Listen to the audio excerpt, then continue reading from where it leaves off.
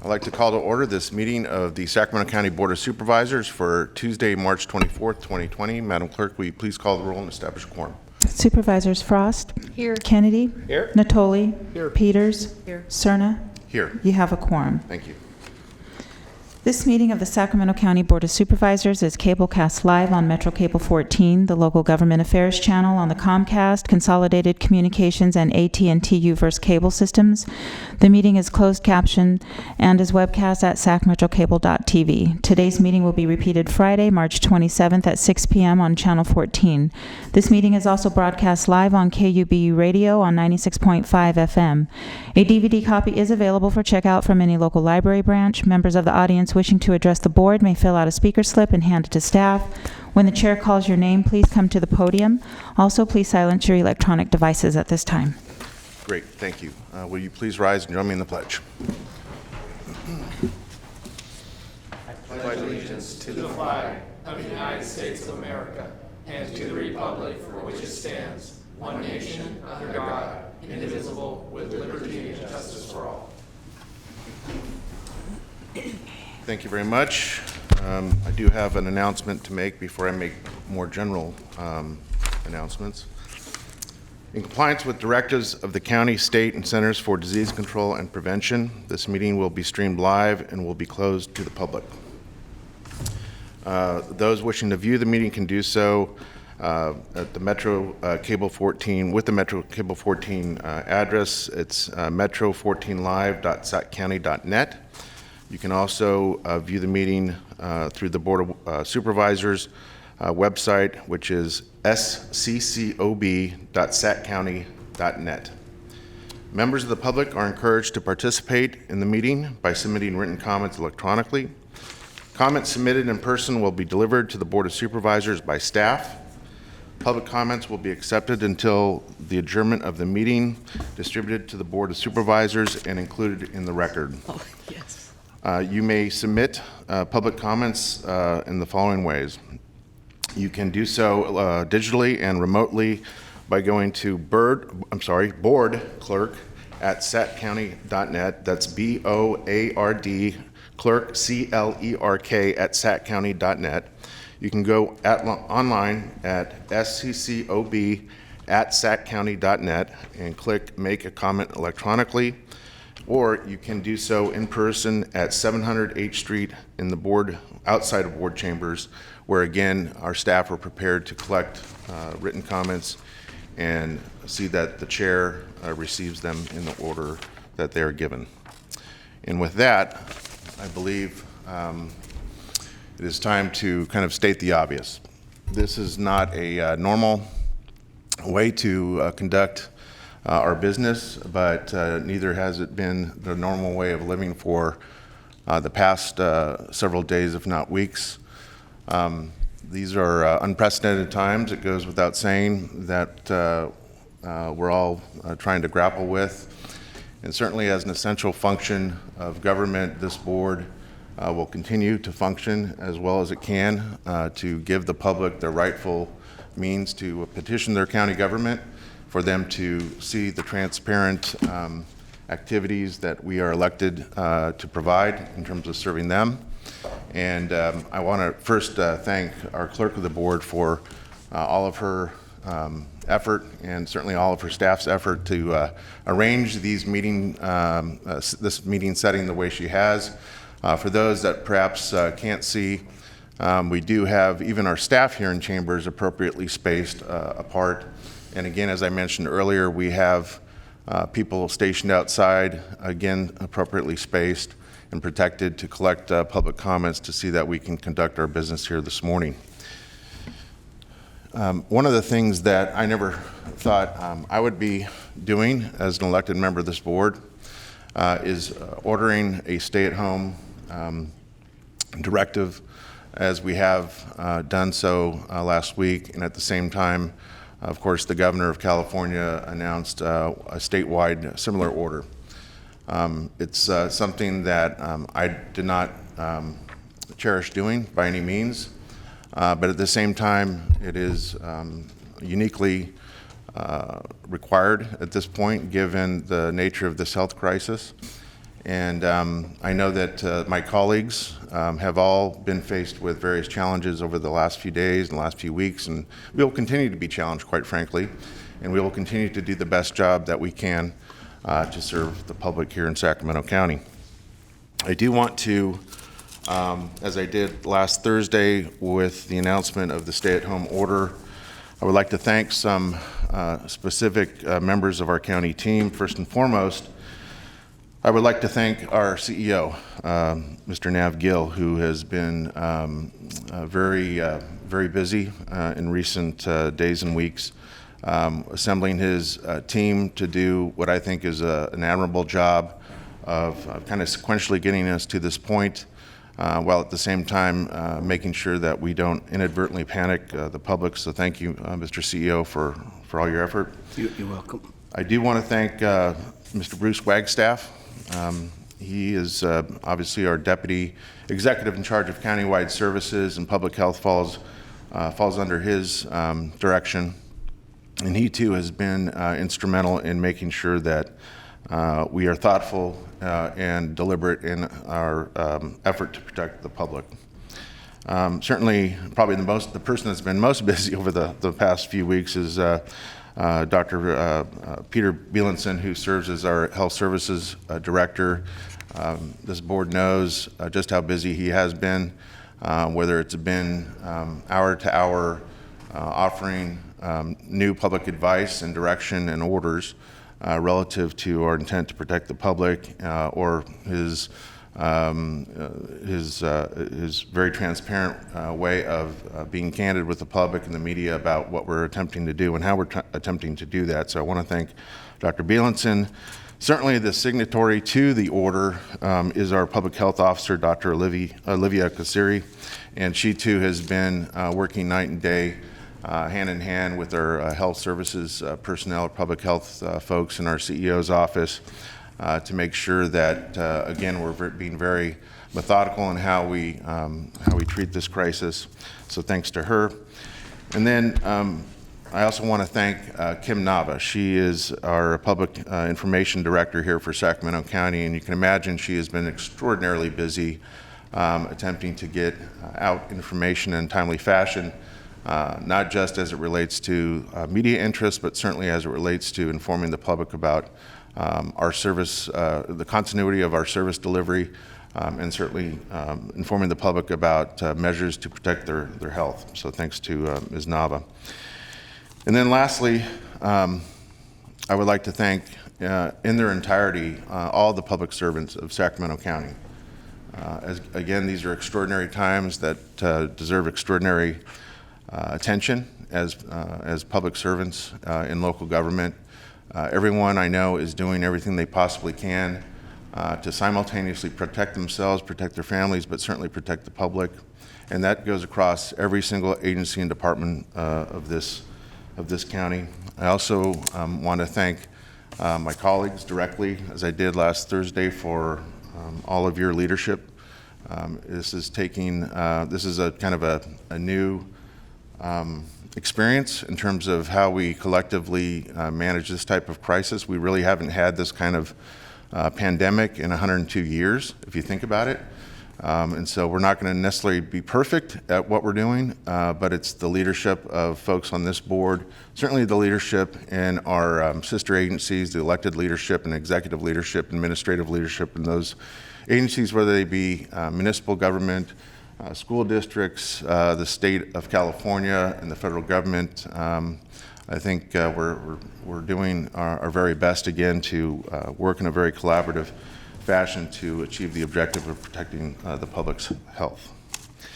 So with that, I propose a standing ovation for our staff. I just think they're working so hard. sure.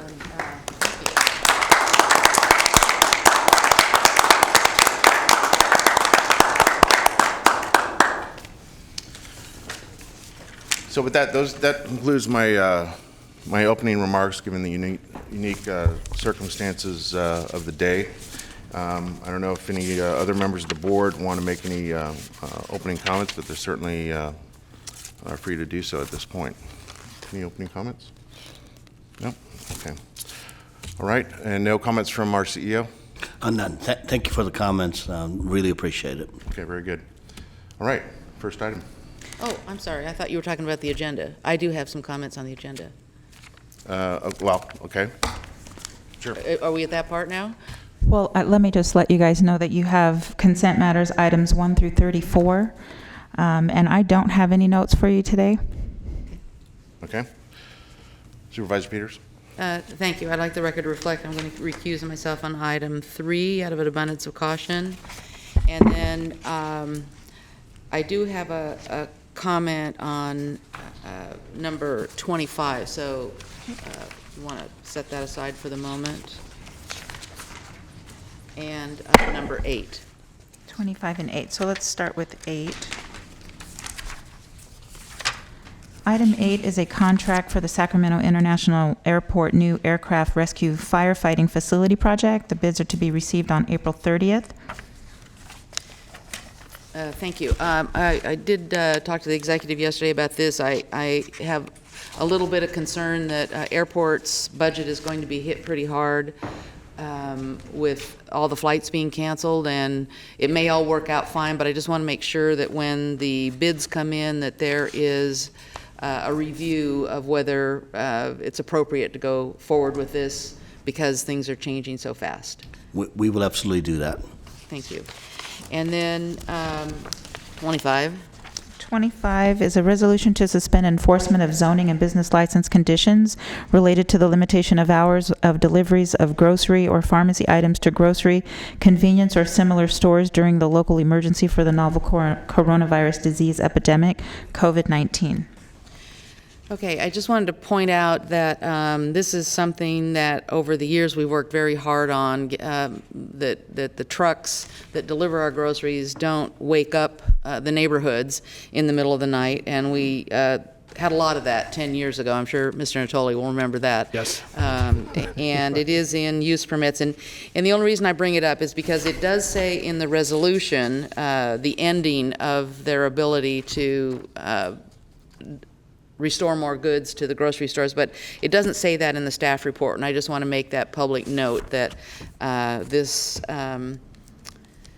suspension of the enforcement of the provisions that limit the timing of the deliveries by trucks or other vehicles lasts as long as we're in a state of local emergency. Thank you. Yes, thank you, Mr. Chair. If you call item 2, please. Did you say item 2?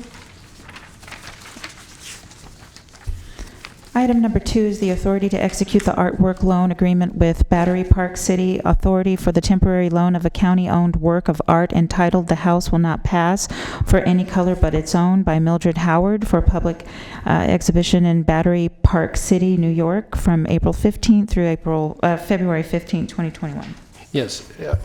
I don't know who maintains, I assume it's either General Services or Airports maintains the inventory of public art that's either been relocated or on temporary retirement. I guess my question is that how does one know if something's available outside of the artist? Is there some registry that we maintain, Mr. Gill, that for art in public places, that artworks that are retained by the county, that we either make it available on temporary loan or a permanent loan? This is going to be shipped clear across the country for a period of a year. I guess it'll come back to us. Is there, again, this is the first time I've seen an item like this show up on the agenda. The question is that does it make sense in the event that the exhibition is over in New York and they want to return it to us? Would it make sense to have it on permanent loan, or is it something we intend to reinstall in some future airport renovation or expansion or modification? Again, I'm curious now about, is there a listing that somebody maintains in General Services of all the artwork that either is retained in current use and or, as I said, put on reprieve for a while? Again, I'm pleased we're able to do this. If somebody gets a chance to see it, we pay through this to the enterprise, the airport enterprise, when we did airport construction, but just has raised a number of questions now, and again, this certainly not the time that there's any urgency to this. I'm willing to support the item. I can answer those. This is a unique circumstance. The house was placed right by the TSA. Right, I remember. And TSA approached us and said that they thought that was a security risk, and that's one of the Right. very unique situation that we had to decommission the art piece. Since we ended up buying it, we had it. All our other art pieces are being used for what they're supposed to be.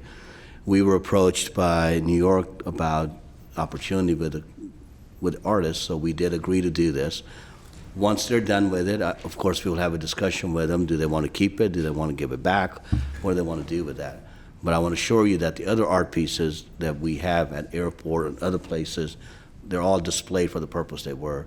This was a unique situation that we could not fit it anywhere else in our airport. So It's how did just they know because we? the way it is, you can't see through it. Yeah. So the line of vision is not there. And you can imagine the airport setting, line of vision is extremely important for TSA and sheriff's deputies. So did we advertise that we have this available for exhibition to other communities? How did somebody know about it clear over New Through the York? Arts Commission, at that point, we worked through them, and then I think the artist too, she had some contacts back, she's from that part of the world, and we agreed that her art piece is beautiful, we have no question Right, about right. that, but have other folks be able to see it, so. So did any discussion occur relative to a permanent loan agreement versus a temporary? I mean, if we're going to ship it clear across the country, and then they're going to ship it back a year from now, and we're going to put it back into storage. So I guess I'm just curious about that. I think we'll continue the dialogue with them, if they like it, if it works for them, we'll see if we can do it permanent. Yeah. But remember, it's our property too, then I understand. it will be compensation for us, there's all those details that we got to work through with them, if they want the piece. Okay, I didn't see there was any compensation in the agreement. It was just they have to. No, it's not, I mean, if we were to sell it, Oh, right, yeah. Okay. That they have to insure it, and obviously they, Correct. any modifications to it. Okay, I guess you'll keep us posted on that. Yep. All right, the other question I had, Madam Chair, was on, just comment on item 28, if you could, please call that. Item 28, authorize the Director of the Department of Transportation to execute the North Vineyard Station Roadway Improvement Implementation Agreement between Hedge 22 LLC and the County of Sacramento. Okay. I support the agreement. Again, this is consistent, obviously, with a couple of other previous actions this board's taken. But what concerned me was on page 4, this continual slippage. And now it says that in the third line on top of the page, county's currently working on modifications for trigger thresholds included in North Vineyard Station specific plan, which will include flexibility regarding construction improvements. Staff anticipates, and this was written obviously before some of the recent activity in our community relative to the COVID and so forth, but it anticipates those modifications will be brought before the board this summer. We were going to have this last summer, and I thought it was going to come. I thought it was scheduled initially in April, so I guess, I don't know if Mr. Hartwig has the information on this, but the continual slippage on this, we're well into this, and now we anticipate this summer. It doesn't say we're going to come this summer, and so there's some need, I think, to get this to the board, to have those discussions, because as much as this allows some small development to move forward, there's some triggers out there that were board approved that we need to have that discussion. And we've been years into this, and I recognize transportation staff has done work relative to the fee program, which was important. That was done nearly a year ago now. And so I guess I don't know what continues to be the delay here. There has been ongoing conversations with developers, with landowners, with members of this board, and here we now looking at the summer. And again, this was written before the recent issues that obviously are going to impact workflow and workload by county staff. And so I don't know now why this has taken so long, and so maybe Steve has an answer. Yes, Supervisor Nahalea can answer that. In fact, the whole package of the SCTDF fee and the adjustment to all of the projects that were included in that, because of the fact that we procured other money and had been able to build some of the projects, and so some of those came off the list. Right. The adjustment to the fee was last summer. That was the first phase of the 3-phase piece of getting this whole thing adjusted to the point where it helps to allow some of these projects to move forward. So that was in June, I believe, of last summer. Correct. And then late last calendar year, came back with the reimbursement and credit policy, which the board approved, and so that was the second phase of the whole package. And the third phase, which we anticipate coming back in July, is the trigger mechanisms, and that's one of the things in the vineyard area that is kind of a problem, because things that were felt manageable back before the economic downturn turn out to be not so palatable as littler subdivisions try and come in and do individual projects, and hitting the trigger of then having to build significant improvements. So the transportation staffs have been working diligently on that. They did the other phases. They had to work on those and focus on those, and now they're focusing right now on the triggers, and we expect to bring something back in July. Okay. And that will be the final phase of getting this whole thing that this refers to adjusted. If I'm correct, though, that may entail more than just having a staff report before this board for adoption, because it goes to zoning agreements that were put into place and actual maps that were mapped with certain requirements on them. And again, I don't know, I know certainly you and certainly County Council and others have been involved in public infrastructure finance. Bob Davidson and his folks have been involved in this, but it may not be settled in July unless you've got a new angle that you're taking at this, because if, again, you can correct me if I'm mistaken on this, but my understanding was, and that was one of the compounding factors, it might require actually going back into agreements that were approved 15 years ago, maps that were finalized and or zoning agreements obviously that were final that rezoned land. And if that's the case, how we're, that could mean that it can be years beyond any time the board would act in July. So I guess do you have any status update on that? I think You had asked about, or you had said that it seems to be taking a long time. Well, part of that is that they have been working on those things, where we have to make changes to agreements, where we have to make potential code changes, and then how we adjust the triggers to a point where we go away from the trigger system where the next unit built causes the need to build a 6-lane roadway to paying fair shares by those developments as they go along. So there's a different kind of approach and concept to how that's going to be moved forward. And yes, there will need to be changes, but that's what they've been working on, is putting that package together. And it would require changes to certain agreements, conditions, and that would all be brought to the board for their consideration. As a full package, you're going to have all those bundled together with all the landowners and developers? What we would tend to bring to the board first is the adjustment from going from triggers to this fair share, paying the piece that they're responsible for. And then as individuals come in and want to move forward, then we would adjust those agreements and bring those to the board.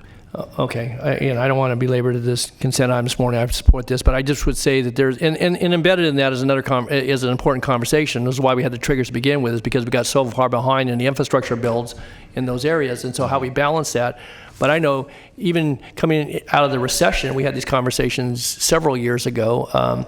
And I just think it's important from the currency of it that we, have that focus, because we had all this pressure about building homes and constructing housing for folks, and yet I don't want to lose sight of the reason why we put these in effect to begin with. And so I don't know this is going to be a consent item on the calendar. Obviously it's going to be a discussion before this board as to how we balance it. It's not going to be a consent item. This has got broad policy issues, so when we bring it back, Important it is going to be very there's a lot of steps in there that we need to walk everybody through, so it's not a consent item that we're bringing back. Okay. All right. I'm fine. Thanks.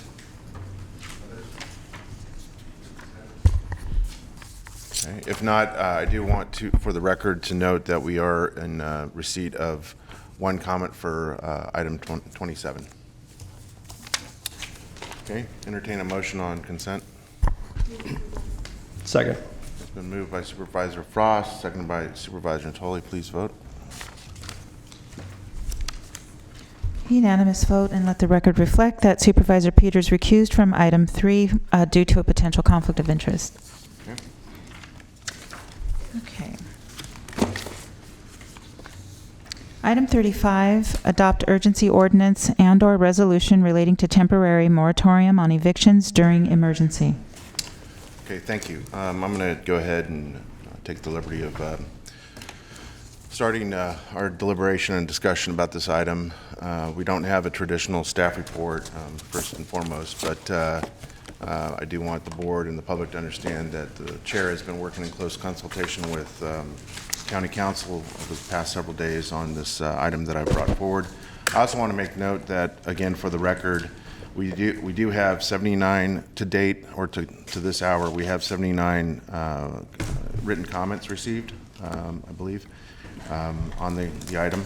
And I know many of you are also serve also on the STA board, where I believe we had a matrix of opposed, support, and neutral for a recent, somewhat controversial item. I took, again, the liberty of working with our clerk of the board so that her staff is not overburdened with this item or with future items to have to do that necessarily, but we agreed that a good kind of acceptable means of acknowledging public comment is to at least acknowledge the number of comments that we receive. So you're not going to get an opposed, support, neutral qualifier for these types of issues moving forward in this environment. So with that, I will start off with the reason for this urgency measure. First, I want to make it absolutely clear to my colleagues, to the public, and to staff that unlike what we deliberated again at my behest last November, which was then an urgency measure on to protect renters from eviction in unincorporated Sacramento County, this is it's a similar action that I'm requesting, but it is for an entirely different reason and purpose.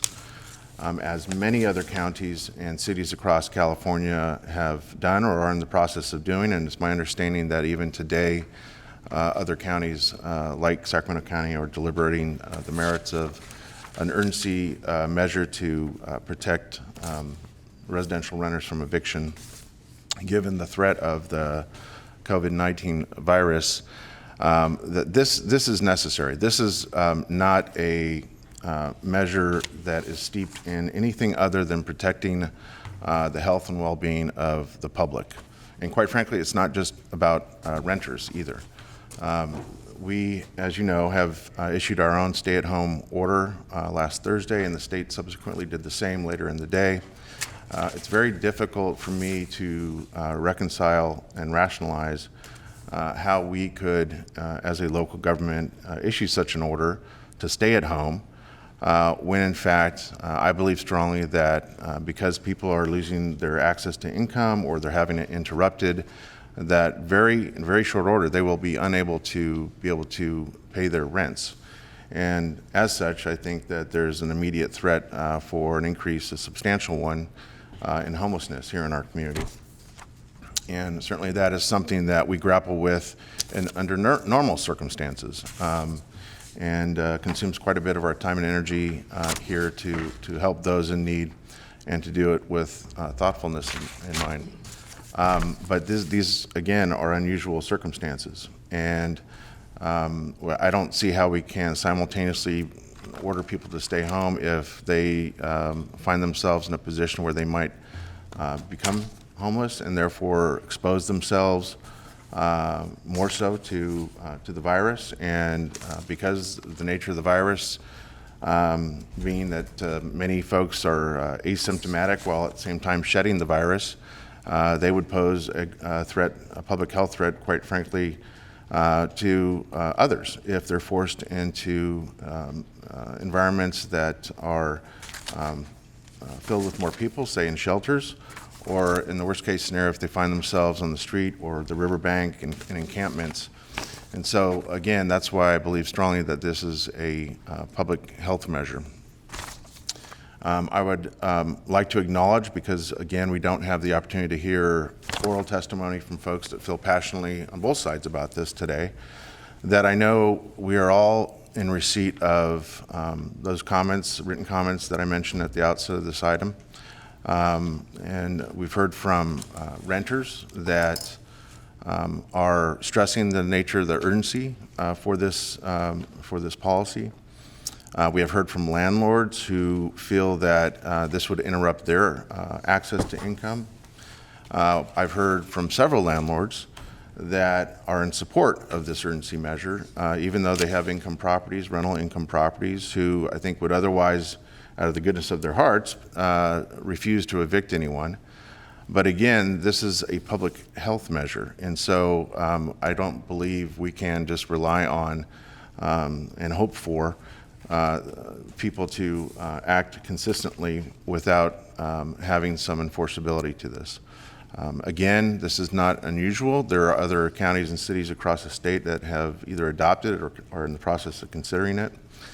I know that it is an issue that all of us feel strongly about, and we'll probably see just how strongly we feel here in a minute in terms of our discussion and deliberation. But I just wanted to make it clear the reasons why I've brought this forward. Again, working in close conjunction with County Counsel's office. Procedurally, I would like to kind of set the table for how this morning's deliberation on this matter is going to proceed. It is unusual, as you'll note from the board letter and the board materials for this item. We are considering both a urgency ordinance, which requires a supermajority 4/5 vote of this board to go into effect immediately if it is the will of the board upon that voting threshold. And we're also considering a resolution. I want to make it clear, and the resolution, by the way, has identical language. I want to make it clear that we're voting separately on each. My intent is to have us vote first on the urgency measure, of course, following deliberation and consideration of that item. And then we will move on to the resolution. And by the way, the resolution requires a 2/3 simple majority vote of the board.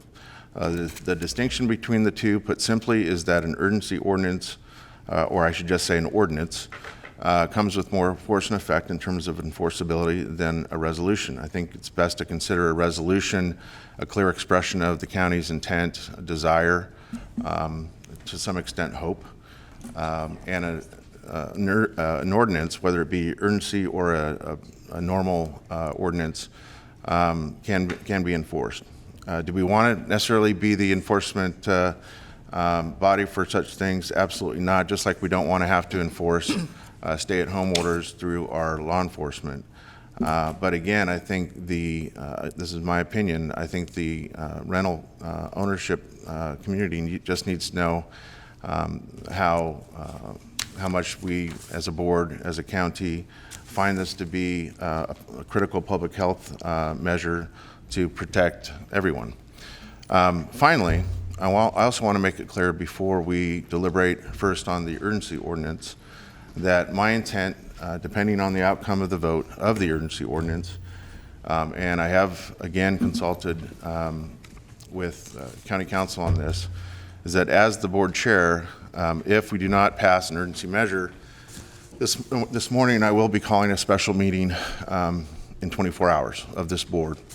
And the purpose of that special meeting will be to consider at that point in time the introduction of a normal ordinance that would do the same, come with the same force and effect as the urgency ordinance, but it would be treated as a normal ordinance, meaning that we'd have to have an introduction of the second reading, I guess it would be 5 days from tomorrow, and then it would go into force and effect 30 days from I guess it would be Monday. Of course, we'd have to have a subsequent special meeting early next week to do that. The purpose of that is kind of it can be compared to a belt, suspenders, and another belt, if you will. While we wouldn't have the urgency ordinance in place if it fails to pass the 4/5 threshold vote today, we would hopefully have at least a resolution in place by way of a 2/3 majority, by way of a vote this morning. And then the rental community would understand that, again, if it's the will of the board to support a normal ordinance by a simple majority that would be voted on early next week, that protection would be in place 30 days from that vote, meaning it could be May 1st would be the earliest, is my understanding. So with that, I certainly want to offer the mic, the floor to my colleagues. I'm sure there's a lot of interest in addressing this matter. Before we do that, again, I just want to thank especially County Counsel's office for her guidance. I know she's been buried with a number of other pressing matters as of late, but again, because of the nature of this being a critical component part in protecting public health, I appreciate her time and energy in her assistance. Supervisor Natoli. Yeah, just a kind of process question, because obviously as we open this meeting is extraordinarily quiet in the chambers today because of the way we're conducting the meeting under the set of circumstances. So if I can understand from the clerk, if folks were in the lobby that hadn't submitted comments electronically, they're able to do that this morning, is that correct? Yes, so we're accepting electronic public comments you can make directly from the agenda, or they could have emailed me. If they come in person, we have staff outside of the chambers, and they're bringing those in, and you guys are getting your comments in real time. Okay, but they're not able to come to the podium. They're not able to enter the chambers, is that correct?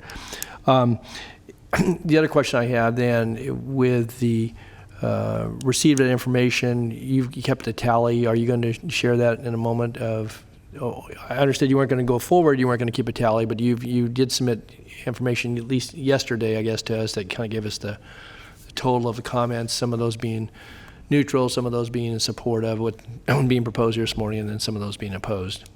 So we were doing that, but we stopped because it's hard for us to make that interpretation if someone is in support or not. And so at this point, the only thing I can give you is the total amount of comments that were received. Okay, so that's, and I heard that going forward. I just didn't know. I know up until yesterday afternoon, you'd give us a tally of that. So, and then we don't have a call-in ability then to the meeting. I mean, if they called in and voiced concern, you take that telephonically, but there's no. I mean, some boards are allowing for the public to comment. We're not set up for the public to call in at this time. Okay. All right. Thanks. That's all I have right now. I would just stress to address what Flo just mentioned in terms of some of the email correspondence being difficult for her staff to determine position by the composer of the comment. An example of that would be a number of comments we've received, for instance, from folks that seem to be supportive of what we're attempting to do with this moratorium on renter evictions, but say it doesn't go far enough, for example. Right. And so how do you make the determination of which box to check? And it's just kind of the nature of the beast. So again, I appreciate everything Flo and her staff have done to manage this. I know it hasn't been easy. Supervisor Peters.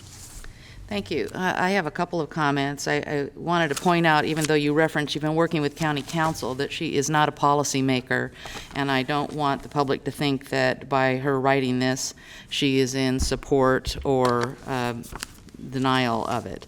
My office has looked at the form letters. The comment letters. They appear to be mostly form letters with no reference to their jurisdiction, and this ordinance is in reference to the unincorporated county, not from the cities of any of the 7 cities in our jurisdiction in the county. One of the things I'm concerned about is how we help out the small landlords. I'm going to read something, an email that I got that is typical of a number of communications that I got that says, hello, Susan Peters, I know your heart is in the right place, but who is going to cover my losses when our tenants don't pay us rent for our little 2-bedroom duplex that my wife and I bought 7 years ago with hopes of supplementing our small retirement income? Obviously, we all have bills that are due no matter what, and how are we supposed to collect the monies owed us in September? How are the tenants going to come up with an additional 4 months of rent in September? I believe you are creating a larger problem.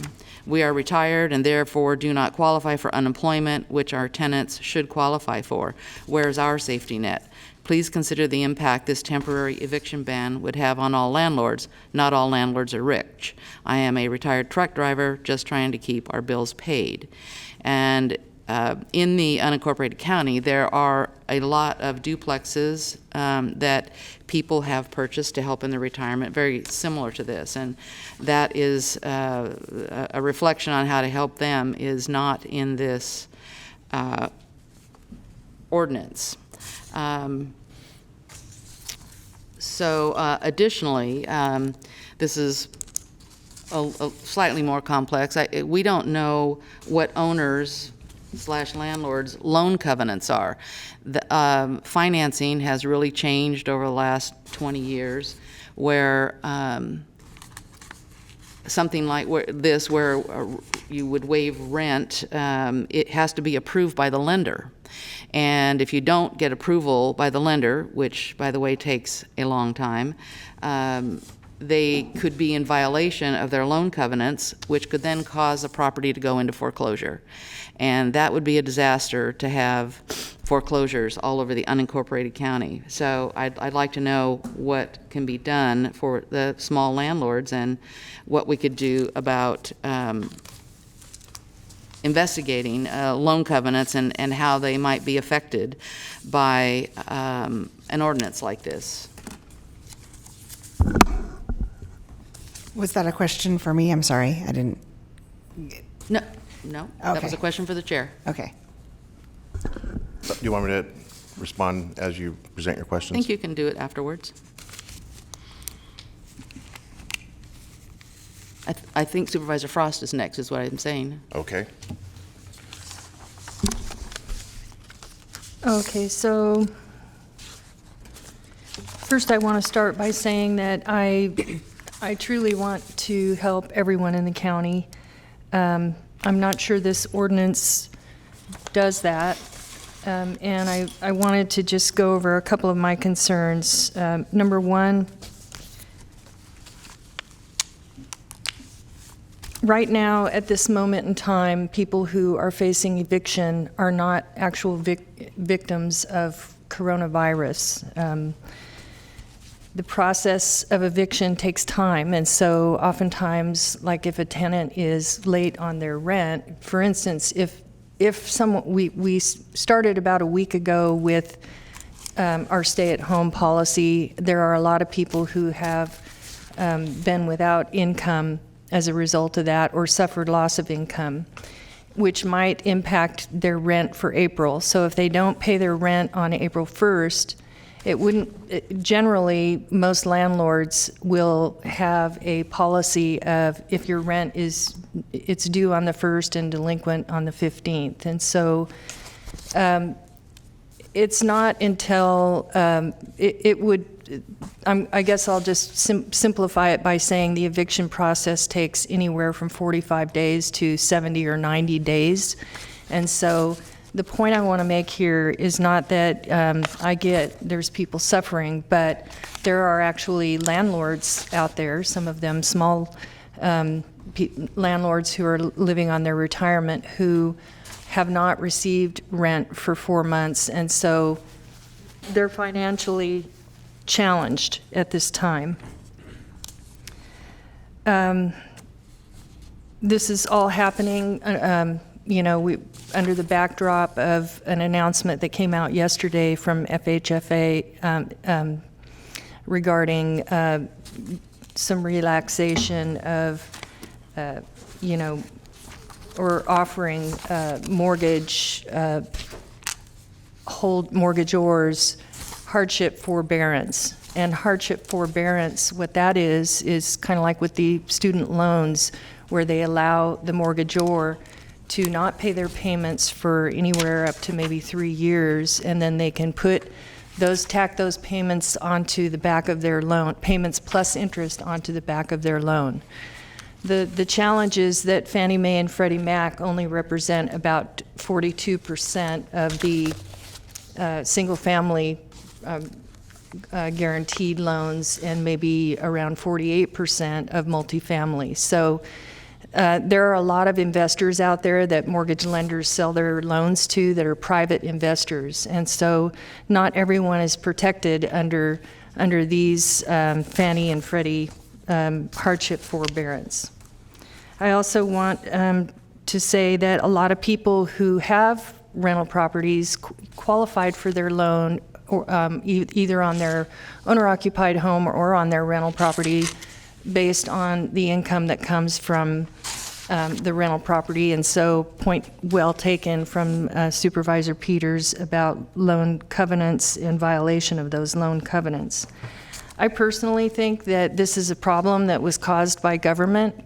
We're the ones who have asked people to stay at home.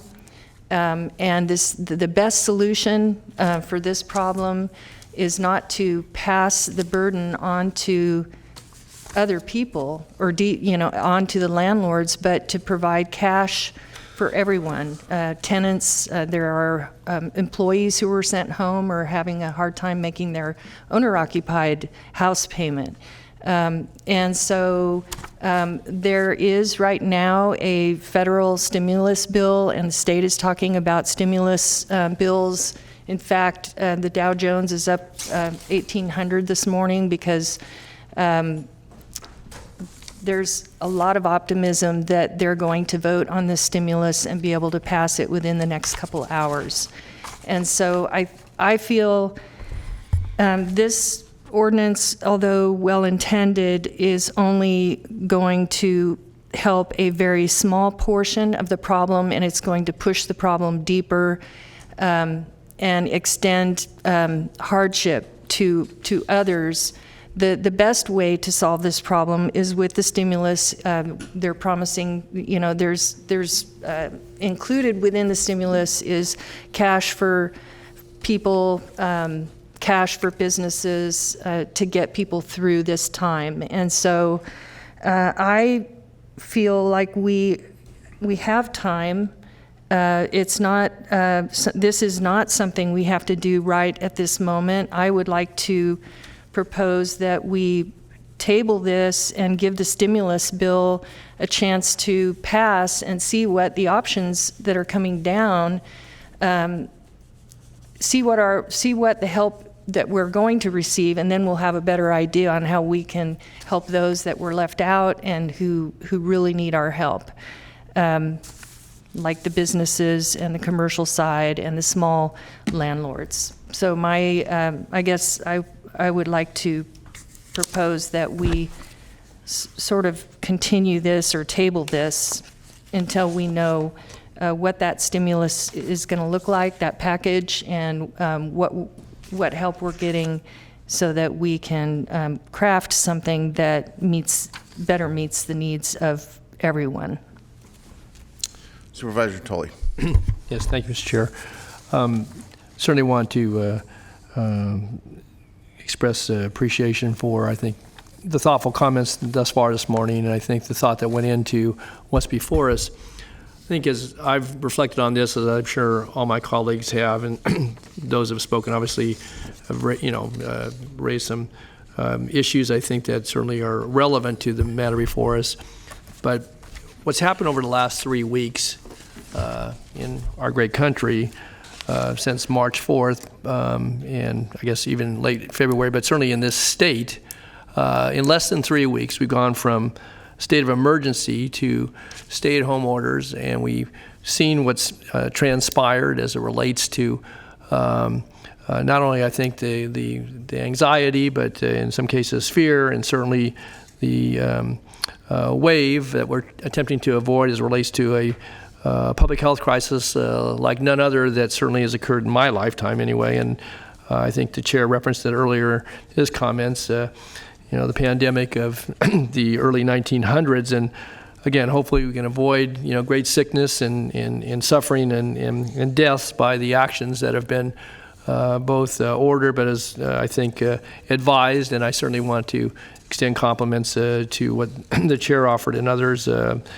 to our staff, but to people throughout this community who, those who, one, are making the sacrifices, but also those that continue to work in various pursuits to assure that public health is protected, that medical facilities are available, that groceries are on the shelves, and that some of the essential elements of everyday life or lifelines for a lot of folks are kept in place and as we go forward. And I guess that's part of the reflection here on what's before us is that we've gone from a declaration of emergency earlier this month to now where we are today, and the numbers continue to climb as we know more about as it relates to testing, both regionally and statewide, but certainly in our country and throughout the world. And again, it's serious, and I think we all take it very seriously. And obviously, just the way we're conducting our meeting here today is a reflection of not only adherence to good advice relative to sanitation and hygiene, but also to protecting ourselves and all those around us, those we care about, and those in our community.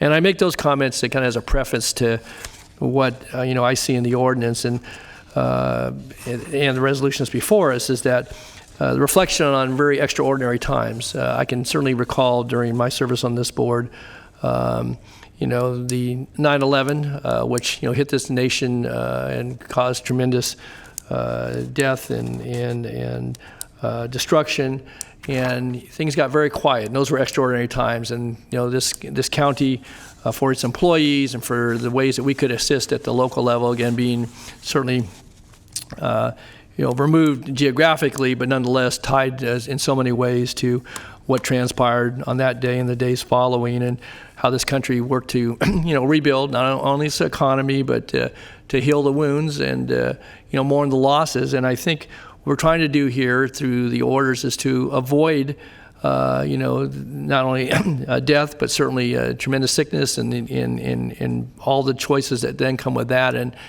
one only needs to turn the radio or television on or any other source of information to see how this dominates all the conversation, all the discussion, our daily lives in so many ways. And for those who have been ordered to stay home, and advised to stay home, in order to protect their own health and those of them around them and those that they would come in contact with, is going to mean loss of jobs. We already know that. We know that it's going to mean certainly loss of income. And in the whole matrix of how our community functions is going to be affected. When you see, the pictures that were in the newspapers this week of it's unprecedented. Schools are closed, churches are closed, retail establishments are closed. You can no longer dine out at this point in time. We're now closing public places, even that are outdoors, and that is very eerie. But it's very unsettling.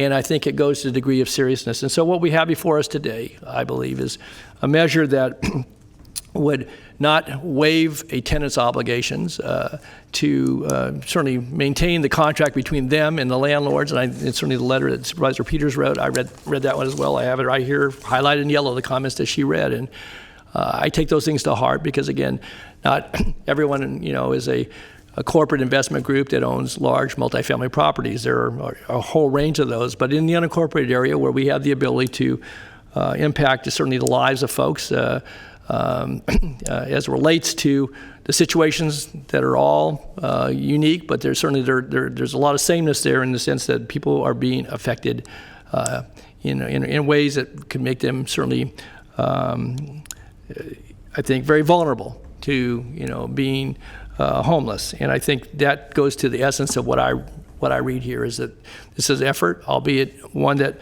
may have impacts that are unintended, but I think the intent behind it is to try to address a very serious situation, to be a part of the solution, and recognizing that, I think, as Supervisor Frost said, that we anticipate that help is on the way. Well, I guess we'll know what that looks like, but it's going to still take, some time for that to all settle out. And I assume there'll be assistance up and down the chain for airlines, for the hospitality industry, for property owners, for business owners, big and small.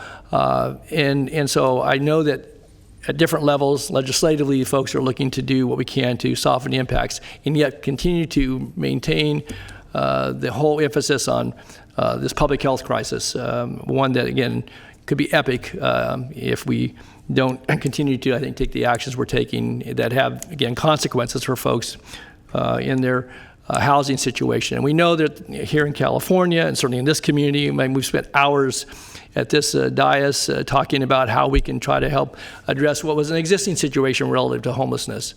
And I think the last thing that I would want for anybody in this community, certainly to be homeless, but because of consequences far beyond the control of anybody, certainly in this room, but in legislature or in Congress or at the level of the president, nobody controls what diseases enter the mainstream of society. On the other hand, we have the ability to intervene, and that's what we're attempting to do, and to hopefully prevent and to guard against that.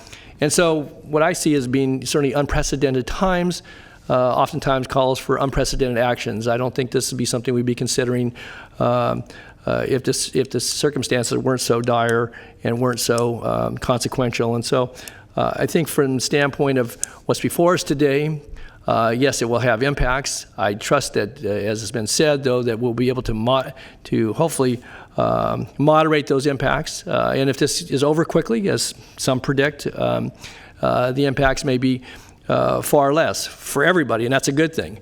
If it gets extended, then we're going to be in a set of circumstances that obviously will challenge, I think, the very mettle of this community, but certainly of communities up and down the state and throughout this nation. And I don't think we know what yet is coming our way, but we certainly hope that help is on the way in relief in lots of different areas. And so I'm prepared to support what's before us this morning, recognizing that obviously if we had a more normal setting, we'd have the ability for folks to come to the podium and speak their mind, either in support of or in opposition to or suggesting comments. But I've read what's been presented to us, and I thank those that have taken the time, again, in very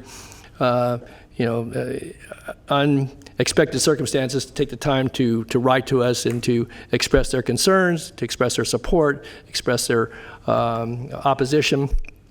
But I think in light of what is before us as a community and certainly as a state and nation, I'm prepared at the local level to support this today. And again, recognizing that we don't know where we're headed with this, but we hope we're going to come out of this sometime soon. In the meantime, I think we need to offer this level of protection for folks. Thanks. Great. Thank you, Supervisor Tully. With that said, I'm going to not cut off conversation by any means, but knowing your position on this, I'm going to make the motion, look for a second to adopt the urgency ordinance as is. I would second it. Second. Got 2 seconds on that. I think Mr. Tully beat you to the punch there, Supervisor Kennedy. We'll vote here in a minute, but I want to make sure, because my colleagues deserve it, to, if they ask me a question, if they have concerns expressed my way, I want to be able to respond. Supervisor Peters a moment ago asked about, she expressed concerns about both, and correct me if I'm wrong, the loan covenants, and also she read written testimony from a constituent who has expressed concerns because of their scale. They're a small rental income property owner, and they've, I think, done exactly what we would expect to do if we were in their shoes, express concern about their circumstance in this. And I want to be clear, this is not proposed to spite any particular component part of the population that has rental income. In fact, I had some very productive conversations with Supervisor Tully leading up to this morning's vote. He was the one supervisor that I can talk to, given the Brown Act. And to his credit, he challenged me to think very carefully about this. And he challenged me to think very carefully about it with regard to smaller rental income property owners. And my reply to him is that, again, it's redundant, but I reiterate, this is not about making value judgments between the types of rental income property owners or the types of renters. This is, at its essence, a public health measure. Some on this dais may not believe the scale of the threat. That is not true. Excuse me, I have the floor. Go ahead, but don't make my remarks into something they aren't. Did I just say your remarks? I said at this dais. Maybe I'm replying to her, okay? Thank you, I have the floor. Okay, Supervisor Frost, since you brought it up, just mentioned that she didn't believe, kind of the need to stay at home, and it was a government-inspired problem. I didn't say that. I did not say that. Fine. I believe the threat. And you only need to see what's happening in Italy and in Spain. You only need to hear the governor of California every afternoon explain the death toll going up. We went from 20,000 hospital beds to 50,000 beds in terms of our need. So for me, this is, again, a public health measure. And so with regards to the concerns expressed about the landlords, there's actually been more activity at the federal level before today at the county level here in Sacramento to guard against the impacts for rental income property owners than there have renters. And so that's why I believe it's incumbent upon us to act swiftly. I don't think we can take the time to, vet this to be, a perfect ordinance at this moment because of the nature of the threat. It should be obvious to everyone. Okay, so with that, there's a motion and a second. I understand there's others that want to speak. Susan Peters. Thank you. I have a great deal of sympathy for those who may be have trouble with their landlord going forward. I would prefer the resolution form of this because it's encouragement to work together, and I believe in people's hearts. They want to work with their tenants. I've talked to a number of landlords who said they are talking individually to their tenants who have income problems. And the other thing is as strong, and so I believe in the encouragement that would come from passing the resolution. And I think it's pretty clear that the financial impacts of this crisis are equal to the health crisis. So I give them equal weight. Supervisor Tully.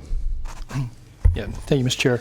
I guess I would just weigh in. Obviously, we have a matter before us, a motion before us, but that I think all of us, however we get to our determination on the motion that's on the floor, certainly take this seriously. Obviously, we come from different life experiences and certainly different political philosophies at times, but I know we've worked together, and again, I think the commendation for the staff this morning, Mr. Chair, that you made certainly reflects those that we entrust on a hour-to-hour, minute-by-minute basis throughout this county to protect the public in times of crisis or in times of more normal activities. And again, whatever vote we have here this morning, again, I certainly I just want to make it clear I don't question people's belief about how serious this is, and I don't think that was your intent in your comments, Mr. Chair. I would just say that I think we are concerned. We may come at this differently and see it differently, but in my view, as I stated earlier, it is a epic public health crisis, and that's why I'm prepared to support the ordinance. Thanks. Thank you. Supervisor Frost. I just want to clarify, I do believe that these are unprecedented times. I care about tenants, and I also care about landlords and small business folks. I believe that this is not anyone's fault and that it's caused by government. Government asked people to go home, so government should bear the weight of it. It shouldn't be passed on to the small landlords and to those who are also suffering under the weight of all this. Thank you. Supervisor Kennedy. Thank you, Chair. I'll try to stay within my taped area and reach the microphone. Typically I don't, make comments when things that I'm thinking have already been stated, but this, as we've all stated, these are extraordinary times. And I will weigh in. First of all, Supervisor Natoli, thank you for your comments. I think you were spot on. Because of the extraordinary circumstances that we're in, I think that it is incumbent upon us to look upon those and help those that are the most vulnerable. And I believe that this measure does that. I am completely sympathetic to the comments that Supervisor Peters made, particularly reading the statement that was made by the landlord. But I do believe there are protections in place, far more protections in place for property owners than there are for renters. So I think it is our responsibility to take care of those who are the most vulnerable in these times in particular. And I think that this measure does that, thus my support. Okay, thank you. No one else has chimed in to speak, so I'm going to go ahead and call the question. Please vote.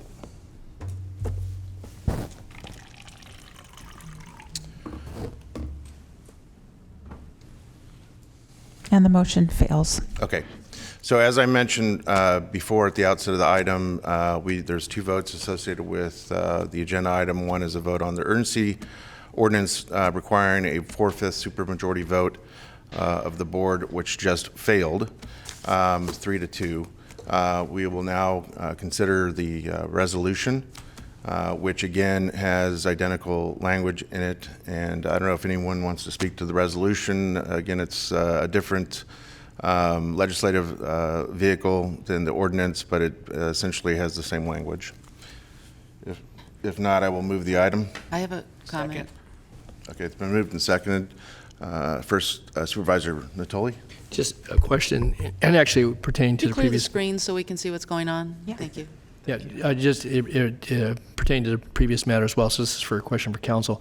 So in the resolution as well as in the ordinance, proposed ordinance, there was tied it to the governor's order. Again, is there any distinction between that and the local order? Our local health officer had the ability, and actually we issued the stay-at-home order hours before the governor, put his more blanket order in effect. The declaration of emergency obviously preceded ours. So I guess I'm curious, Lisa, how the mechanics of any of the two, but certainly how that works. And so would we be wiser to tie it to our local ordinance where we actually control that state versus the declaration of emergency, but we tied it to the order, not to the declaration. So if you could just... Sure. Actually, the best course of action is to tie it to the governor's executive order N28-20, which gives express authority related to eviction moratorium. The public health order that Sacramento County issued and that the governor issued, and I think it was order number 30, but I can't remember, doesn't address specifically this issue. So the way that the resolution reads ties it to the appropriate executive action. All right, very good. Thank you. That's all I have. Okay, any other questions? Supervisor Frost. So I just want to say that I'm not going to support this. I think if it was stated more broadly, if it was encouragement for tenants to do the best they can and communicate with the landlords, and for landlords to reach out to tenants and give them help wherever they can. I know a lot of people who are landlords who have already cut their rents in half, just in view of this extraordinary situation. I reached out to my tenant to see if they were okay and if I was prepared to waive their rents if they had lost their income and just give them a month's rent. So I know a lot of landlords that are already going out of their way to help people, encouraging the guarantors to offer forbearance and to create some resources or some, a little bit of relaxed, give the landlords time on their loans by giving them, by suspending their mortgage payments for a period of time. So I think if it was stated more broadly, I would support it, but it's not, if we're going to make that recommendation, I'd like to see it more broadly stated so that we're helping everyone understand their part in all of it. Any other questions or comments? We have a motion and a second on the floor to adopt the resolution. Okay. Please vote. And the motion passes with Supervisor Frost voting no. Okay, and again, for the public's benefit, the action we just took required a 2/3 vote. So obviously, we have the necessary votes to adopt the resolution, which is in effect when, Lisa? I think it says actually a simple majority. You keep saying 2/3. I'm sorry, a simple majority. Yeah, a resolution is effective immediately. Okay, great, thank you. So as I stated at the outset of this, I prefaced it with, again, kind of a belt on top of belt and suspenders here. I am going to be calling for a special meeting tomorrow, and I have authority to do so as the presiding officer of the board under Government Code Section 54956 to call that special meeting. The purpose of that meeting will be to essentially set in motion the consideration and the consideration and hopeful adoption of a regular, I'll just call it a regular ordinance, under the regular process for adopting an ordinance outside of urgency measures, so that ordinance could be in effect as early as May 1st, given all the reading, second reading activities that this board would have to make. And again, it's only with a simple majority of the board to do that. County Council, do I have that clear? Yes. Okay, and Mr. CEO, do you understand? Yep. I would just add, and I know everybody knows, but the meeting can happen telephonically if desired under the new Brown What? Act. The meeting, any meeting, can happen telephonically under the new waiver of the Brown Act if that's the will of the board. Okay. I will and work with the clerk on setting a time and how we're going to do logistics. I'll start I working. believe the code And- section requires 24 hours. 24-hour notice posting, so Right. whenever you can post the Yep. agenda. That's why I'm going to suggest that it's going to be in the afternoon tomorrow. And again, for the public's benefit, this essentially, if adopted, what's being proposed in terms of a normal ordinance would enact the same protections with a simple majority vote of this board. Those protections would go into effect beginning of May if adopted. And so the only difference here relative to the urgency measure is the time at which point more enforceable measure, an ordinance separate from the resolution that was adopted earlier, would be in effect. I think I've explained that to death. All right. Okay. Next item. Okay, for item 36, I need a motion to continue this to May 5th. This is the Napa Valley subdivision. It was a request for a tentative subdivision map to create 14 residential lots, a rezone to convert a agricultural 10 zone property to RD5, a community plan amendment, and a design review to determine compliance with the countywide design guidelines. And the environmental document on this was a negative declaration. Move to continue. Second, please vote. Unanimous vote. Okay, we still have item 38, which is the appointments from your own ranks, and then we have your nominations, which is item 39. Quick question to the clerk. So I note on the agenda it says for 37, this item is continued. But it's a 2 o'clock item, Yeah, right? the clerk will continue that item at 2 o'clock. Thank you very much. Okay, so we're on to appointments. So item 38 is the appointments from your own ranks to the National Association of Counties.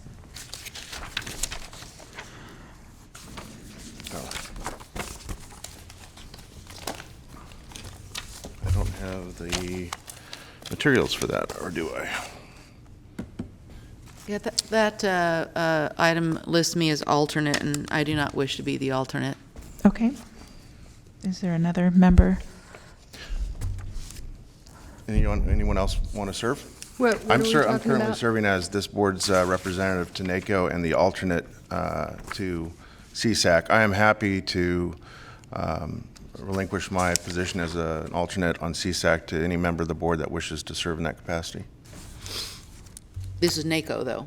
Oh, Yeah. I thought we were Yeah, doing. no, this is NACO, so you're the member, and we just need to find an alternate. Is there another? I can do it if no one else wants to. Okay? Okay. Okay, so let's take a motion. Move Cerna as member and Frost as alternate Please to vote. NACO. Second. Unanimous vote. Okay, and now for your nominations, that's item 39. Thank you. You are continuing to May 5th, the Carmichael Old Foothill Farms Community Planning Advisory Council, Casumnas Area Community Planning Advisory Council, Delta Citizens Municipal Advisory Council, In-Home Supportive Services Advisory Committee, Local Child Care Planning and Development Council, North Highlands Foothill Farms Community Planning Advisory Council, and the Sacramento County Youth Commission. Your first item is the Antelope Community Planning Advisory Commission, Supervisor Frost. Please reappoint Sean Woodland and continue the remaining to May 5. Okay. Cordova Community Planning Advisory Council, Supervisor Peters. Thank you. Nominate Jesse Garcia as the District 3 nominee for the Cordova CPAC. Okay. Disability Advisory Commission, Supervisor Cerna. Chiefs are recommending continuing the item to April 21st. Elk Grove Casumna Cemetery District, Supervisor Continue to April Natoli. 21st, please. We have to do interviews. Okay. Human Services Coordinating Council. Chiefs are recommending continue the item till April 21st. Maternal, Child, and Adolescent Health Advisory Board. Same. Public Health Advisory Board. Chiefs recommend reappointing Barbara Law and nominating Sonal Patel to the Public Health Advisory Board. Okay. Recreation and Park Commission. Please continue to April 21st. Sacramento County Alcohol and Drug Advisory. Chiefs are recommending continuing the item to April 21st. Sacramento County Mental Health Board. Supervisor Peters Continue to May 5th, please. and Supervisor Frost. Please continue to May 5th. Sacramento Housing and Redevelopment Commission, Supervisor Kennedy. Continue to May 5th, please. South Sacramento Area Community Planning Advisory Council. Continue to May 5th, please. And I would like to continue my appointment to May 5th. You mean on the Vineyard Area Community Planning? Did you say South Sacramento area? Yeah, on South Sacramento, I only had a nomination for District 2. I have a continuation for District 1 on my sheet. And tell me again when you wanted to continue May that. 5th?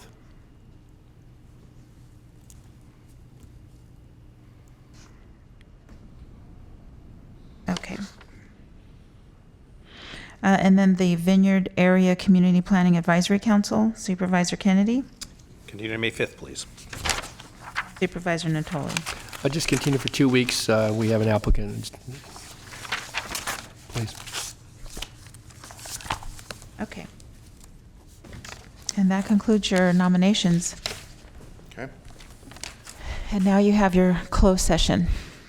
Any comments from the CEO before we, No comments. okay, any comments by? I do. I'd like to know if we could just do closed session here rather than go in a closed room. I mean, if you turn the cameras off and the microphones, and it's a very simple closed session. It should take I think the 1 clerk- minute or less. Having coordinated with the clerk, the thinking is that just to make sure and not have to second guess whether a mic is on or a camera might be on or a door is open, that we wanted to have people appropriately spaced on the 7th floor. So that's what we will adjourn to. Yes. I had one question for council. The chair stated earlier that he only spoke to one member of the board for that item. This has nothing to do with the chair. It's just an example. Based upon the governor's relaxation of Brown Act, how broadly are we interpreting that? I mean, would that have qualified as a coronavirus issue? In other words, could he have talked to multiple? Right. No, the answer is no to that because the specific order only says that the board can receive information and deliberate, but meaning from a state or local official. So for instance, the county executive could have a conversation with all 5 of you, give information, you could discuss it amongst yourselves, but you couldn't deliberate or take action, but it doesn't authorize one board member from talking to another. Got it. Thank It's you. an excellent question, though. Yes. Supervisor Tully. Yes, just a question for Nab. Nab, I think you may have gotten an email yesterday communicated by my office from some calls we're receiving, maybe others are receiving them as well. And my guess is we are not empowered to make any changes, but I want to just put it out there that in light of the IRS and state franchise tax moving the filing deadlines back to July 15th for both the state and federal income tax, it's raised a question with some folks about property tax. Again, going back to some of the conversations about hardships. And so we've received at least a couple of inquiries, and I trust maybe others have received them as well, as to whether there's any latitude, certainly with the treasurer tax collector in the county of Sacramento, to push back the deadline for payment of the second installment of the 1920 property taxes. And so the question So, came up. Yeah, we have contacted the state since we're in their jurisdiction on that. We're asking the question, are they going to do something for state? We're anticipating to hear from them. Okay, because again, I think it's all embedded in state law, if memory serves me correct on that one. But in the event, that we get an answer, I think it's something, again, maybe, that's why I wanted to ask in public, because people are watching, tuning into this, so. So just the feedback, not to belabor, I'm looking Yeah. at least to make sure I'm not going too far in. The issue that comes up with the state conversation is a cash flow issue for governments. That if you do not have that, then the continuity of the government, where's that going to go? But that's the conversation we're having with them, is that different jurisdictions have different level of cash.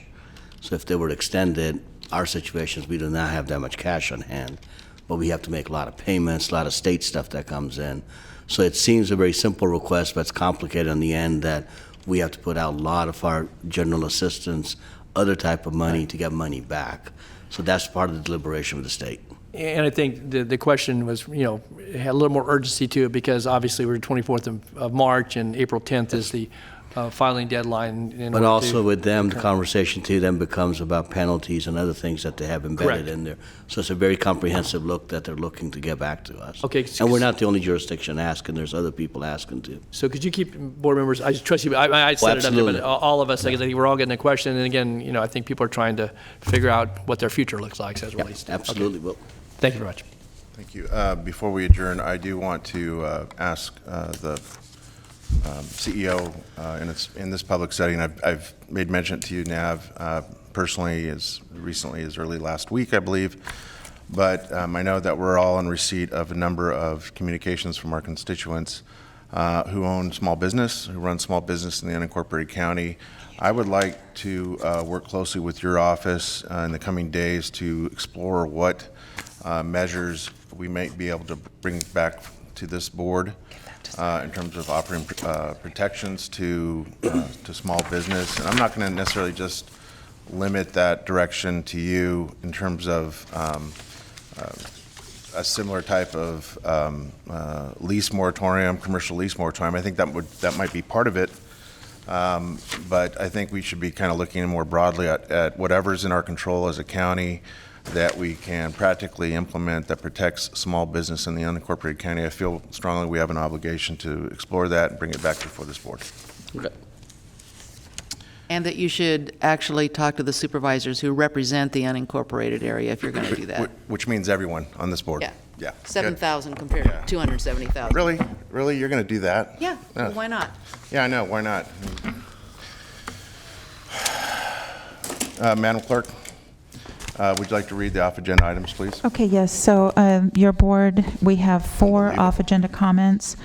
The first one is from Ted Samara, who's the Executive Director of United Public Employees, and I'm paraphrasing off of the comments.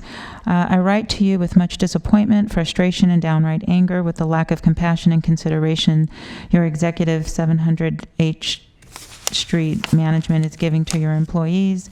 You have thousands of employees who are being deemed as essential employees because they are government employees, and they can be deemed so in an emergency crisis situation as we are in now. However, it is essential to keep employees, regardless of age, that are suffering from a chronic or underlying condition at work to be possibly exposed to this deadly disease. This is a question.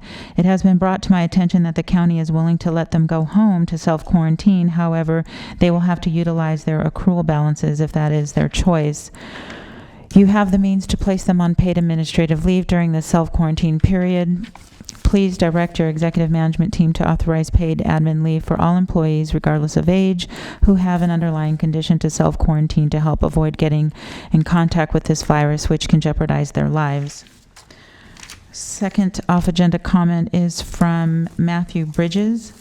I am writing to ask that in upcoming budget discussions, you sincerely consider promoting real health and safety for all residents by diverting funding from the jail, sheriff, and district attorney, and instead make it a priority to fund our parks, public defenders, health and human services, affordable housing, youth programming, environmental justice, and equitable food systems.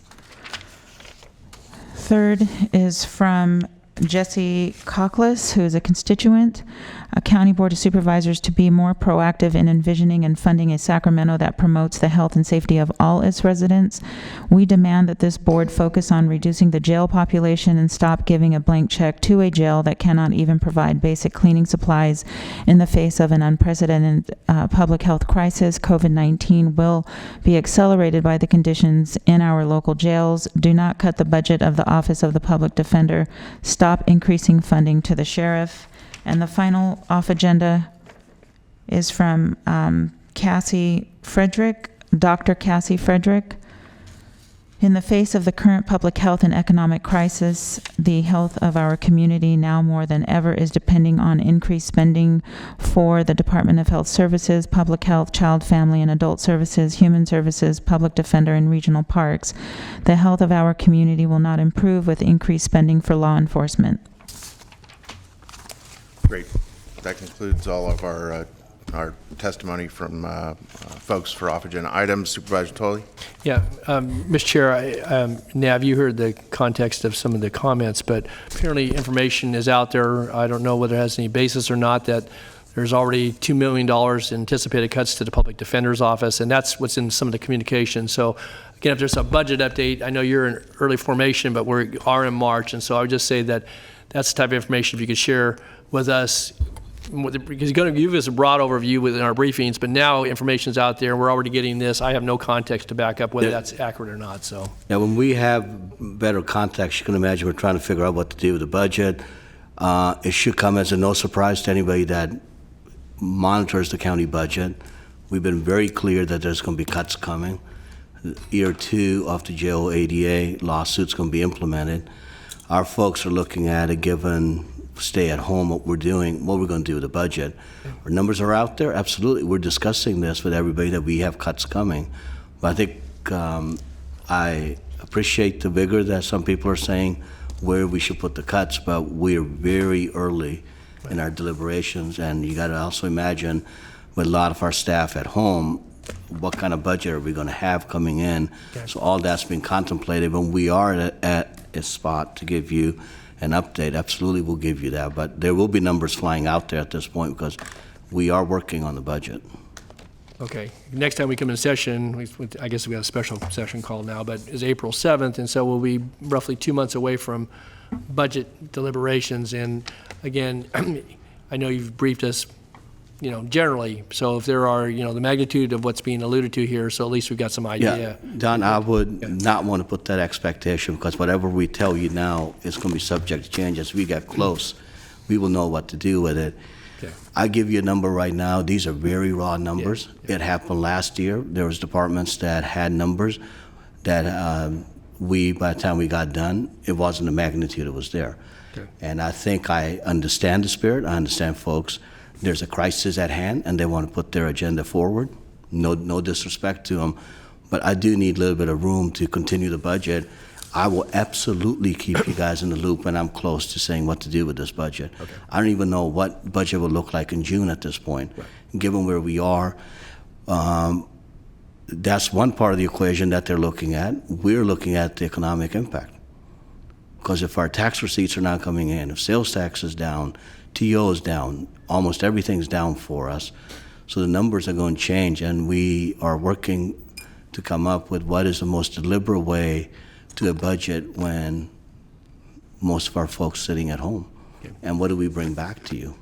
So that's what I'm looking at, but I will bring it back. And I do know that you guys are getting phone calls, we're getting calls, but to tie this to say that because of this COVID issue, the redirect budgets thing, we are taking those requests, but we have to provide essential services at this point. Okay, right, thanks. Okay, if there's nothing further, we will recess to closed session.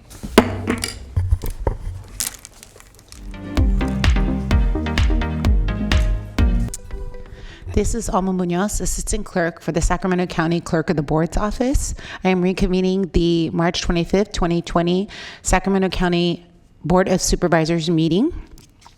Item number 27 will be continued to April 7th. The item is the 2030 General Plan Annual Report for calendar year 2019. And again, this item will be continued to the April 7th, 2020 Board of Supervisors meeting. Thank you.